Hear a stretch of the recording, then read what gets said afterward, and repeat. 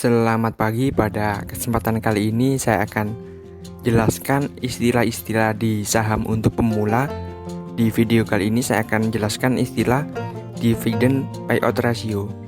Dan di video kali ini juga akan saya jelaskan tentang apa itu perusahaan sekuritas dan bagaimana cara untuk membeli saham. Di sini saya akan jelaskan menggunakan aplikasi iPod dari Indo Premier Sekuritas. Jika kalian ada saran, masukan, atau mungkin usulan topik yang lainnya, kalian bisa sampaikan di bawah. Terima kasih.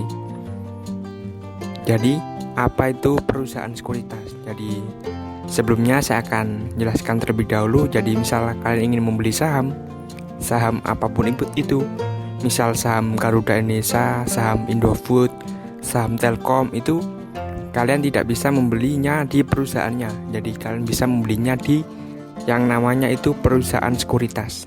Jadi kalau kalian ingin membeli saham, kalian harus mendaftar ke perusahaan sekuritas.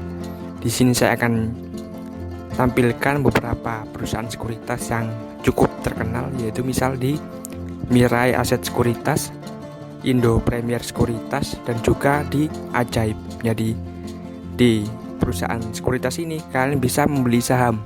Terus bagaimana cara membelinya? Jadi di perusahaan sekuritas ini untuk mempermudah kliennya, biasanya dia meluncurkan aplikasi. Jadi misal di Mirai Aset Sekuritas itu menggunakan aplikasi HOTS, untuk Indo Premier Sekuritas menggunakan iPod, sedangkan di Ajaib juga di Ajaib seperti itu. Jadi kalian bisa membeli saham hanya dengan menggunakan aplikasi. Tentunya kalian harus registrasi terlebih dahulu. Jadi jika kalian ingin tahu cara membuka rekening saham dan juga cara untuk membeli saham, kalian bisa klik dari kotak yang akan muncul di pojok kanan atas ini. Atau kalian juga bisa cari di playlist dari channel ini dengan judul Tutorial Saham dan Reksadana. Jadi, apa itu dividend payout ratio? Jadi, langsung saja saya akan tampilkan dividend payout ratio dari perusahaan-perusahaan yang sudah bisa kita beli sahamnya.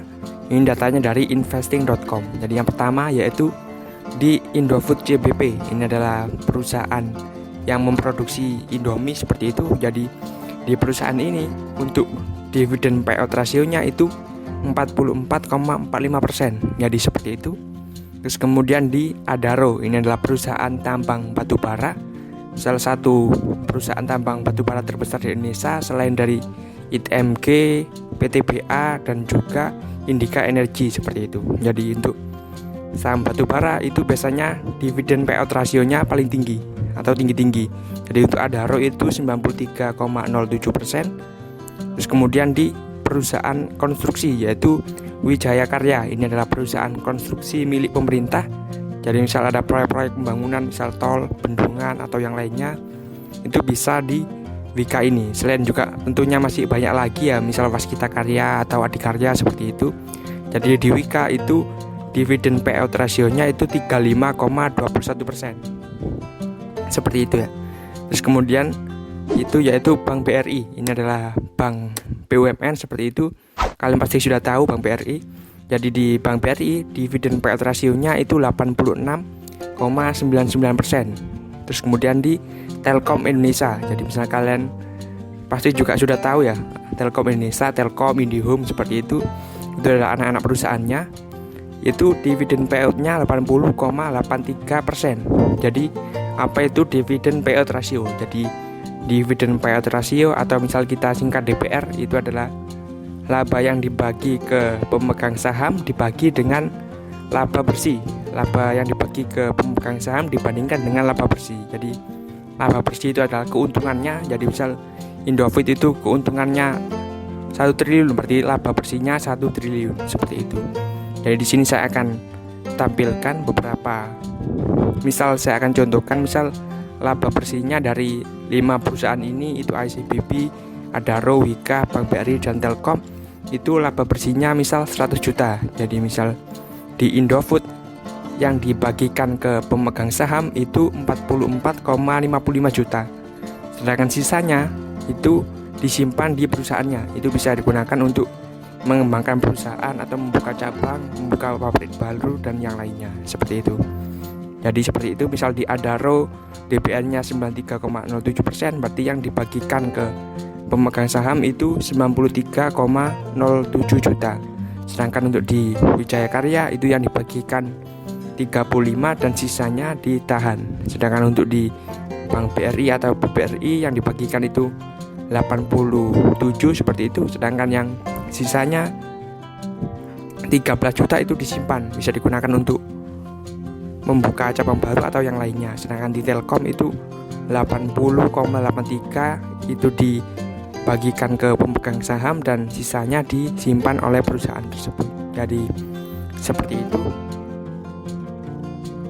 Jadi untuk membeli saham, kalian tinggal mendownload aplikasi untuk membeli saham seperti itu. Di sini saya akan contohkan di aplikasi iPod dari Indo Premier Sekuritas. Tentunya masih banyak yang lainnya, tapi di sini saya akan menyontohkan yang di aplikasi iPod. Nah, di sini kalian tinggal masuk ke Google Play atau Play Store maupun di App Store seperti itu ya. Kalian tinggal ketik di sini iPod seperti itu. Seperti ini iPod. Kemudian kalian masuk, nah seperti ini. Untuk gambarnya seperti ini dari iPod Investing seperti itu. Kita buka open saja. Kita tunggu.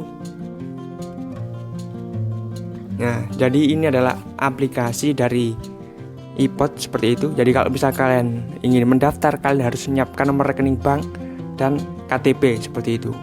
Untuk cara mendaftarnya kalian bisa tonton di video yang lainnya, cara mendaftar atau membuka rekening saham seperti itu di video saya. Saya juga akan tampilkan di komen di bawah dan komen tersebut akan saya pin. Kalian bisa lihat terlebih dahulu untuk metode pendaftarannya seperti apa. Jadi di sini ada stok, ini untuk saham, dan sedangkan fund ini untuk reksadana. Jadi di aplikasi iPod selain kalian bisa membeli saham, kalian juga membeli reksadana. Kemudian saya akan masuk misal di Infokas, nah, seperti itu. Di sini adalah uang yang kita punyai. Jadi sebelum kalian membeli saham, kalian harus transfer terlebih dahulu ke rekening dana nasabah atau rekening dana investornya seperti itu. Di sini ada sekitar 500.000. Itu adalah hasil keuntungan saya di saham PTBA atau perusahaan tambang batubara Bukit Asam seperti itu. Kalian juga bisa tonton di video saya sebelumnya tentang keuntungan saya berinvestasi di PTBA itu. Kemudian kita masuk stok seperti itu ya. Jadi ini banyak sekali fitur-fitur, misal ada fundamental seperti itu ya. Jadi misal kalian ingin mengetahui fundamental suatu perusahaan, kalian bisa masuk ke bagian ini. Ada banyak sekali, misal net profit, rasio PER, PBV, ROE, EBITDA seperti itu. Kalian kalau ingin mencari yang lainnya, kalian tinggal klik sini seperti itu ya. Terus kemudian banyak sekali ada misal chart di sini, ada grafik pergerakan, misal ini adalah grafiknya dari Bank Mandiri seperti itu. Kita bisa lihat di sini seperti ini ya. Jadi seperti itu. Terus kemudian ada company profile seperti itu, misal Bank Mandiri ini ketahui. Jadi 60 pemegang sahamnya, 60% itu dari negara seperti itu. Terus kemudian untuk membeli saham, kalian bisa masuk ke order book. Kita klik di sini order book. Nah seperti itu. Kalian tinggal masukkan ke fast buy. Terus kalian tinggal pilih kalian masukkan di mana. Ini untuk lotnya seperti itu. Kalian masukkan. Untuk menjualnya juga sama. Seperti itu caranya. Jadi di sini ada avail 1. Itu artinya saya mempunyai 1 lot saham Bank Mandiri atau 100 lembar saham Bank Mandiri seperti itu. Jadi seperti itu cara untuk membeli saham. Kalian bisa masuk ke stok, kemudian ke order book. Kalian juga bisa masuk ke simple buy atau fast buy, ini itu sama saja seperti itu ya. Misal kalian ingin membeli yang lainnya, misal ICBP seperti itu, kalian klik di sini. Atau mungkin BRIS, Bank Syariah Indonesia, itu bisa masuk ke sini juga seperti itu ya. Atau mungkin juga Aneka Tambang atau Antam, ANTM. itu juga bisa masuk ke sini seperti itu. Jadi seperti itu cara untuk membeli saham.